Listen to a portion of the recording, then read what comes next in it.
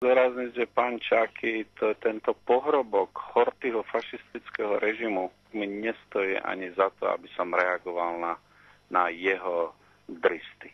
Ja vôbec už nebudem ani reagovať na tohto človeka, veď keď by už chcel reagovať, nech si sadneme za jeden stôl a ja sa nebojím diskutovať s týmto chrapuňom, pretože keď ja som hanba Slovenska, tak toto individuum, to je jeden zvratok. To je poprvé omyl, tam Čaky nemá byť, ale mal tam byť Fico. Je o mne, že som výpalník. Za výpalníctvo sa sedí v base. No tak to vidíte, že... Čo mi tu budeš ty brať na slovenskom území? Nespochybňujem pravdivosť. Ale moje sa ty zasran zajebaný.